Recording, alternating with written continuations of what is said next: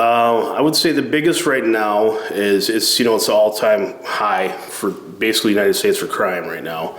I see the major issue being mental health and mental health crisis and again treatments for drug and alcohol. In this county we don't have any facilities really, so we look to outside resources in the cities or wherever that may be. So I think if we could better address that. And for the future wise, that'd be the best thing we could do. So the one thing that's been on everybody's radar for the last few years is mental health. And tied to mental health usually is the illegal use of narcotics or drugs in our community. We've seen in our jail setting anyhow that about 90% of the people in our jail either have one or two or a combination of those two, mental health and narcotics use.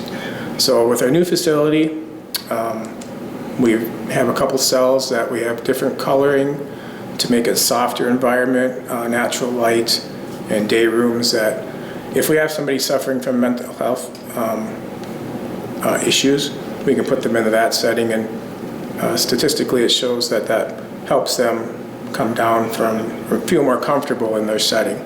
The other thing Rice County has done is I was on a committee to try and come up with a way to deal with the mental health. And the thing that we did is they decided to do the community-based coordinators through social services, which now Rice County, Faribault, and Northfield all have a community-based counselor embedded in our agency.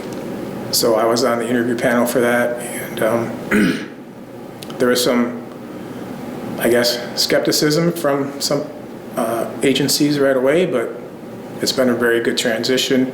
It gives us that extra tool. So with Travis's law, we can't always go to a mental health call the same way we used to, even though 95% of the time we're still going to a mental health call, we're getting dispatched to it.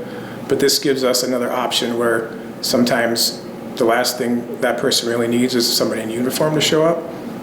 This gives them the option to talk to somebody who looks more like them, whether that's just the clothing they're wearing.